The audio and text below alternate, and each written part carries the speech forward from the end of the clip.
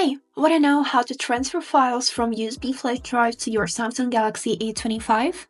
So, as a first step, we would need to take our USB drive. In my case, this is connector with a SD card on it, but it works the same, so there's no difference between them.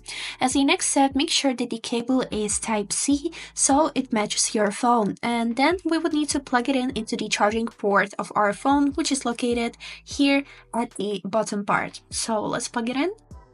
And as a next step, we would need to open application which is named My Files. We can find it in the Samsung folder.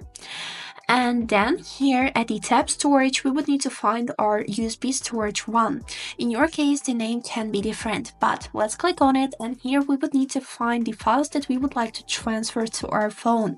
So I'll find some videos here and I'll select them by holding my finger on it. I have selected currently one, but we can choose more. And then here we got two options, which is move. That means that the files will disappear from the USB and it will be left only on your phone. Or we can choose copy, in which case the files will stay on the flash and also you will be able to see them on your phone.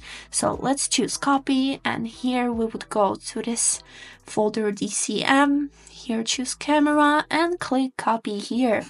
After this, the process of copying files will begin and we would need to wait a little bit.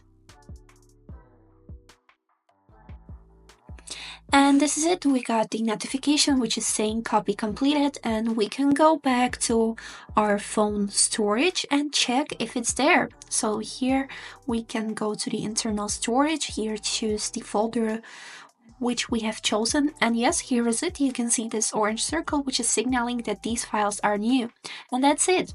Now to disconnect our USB flash drive, we would need to find this notification which is saying USB stored edit, click on this arrow and click on mount, and now we can safely take out our USB drive. And that's it. I hope this video helped. Thanks for watching.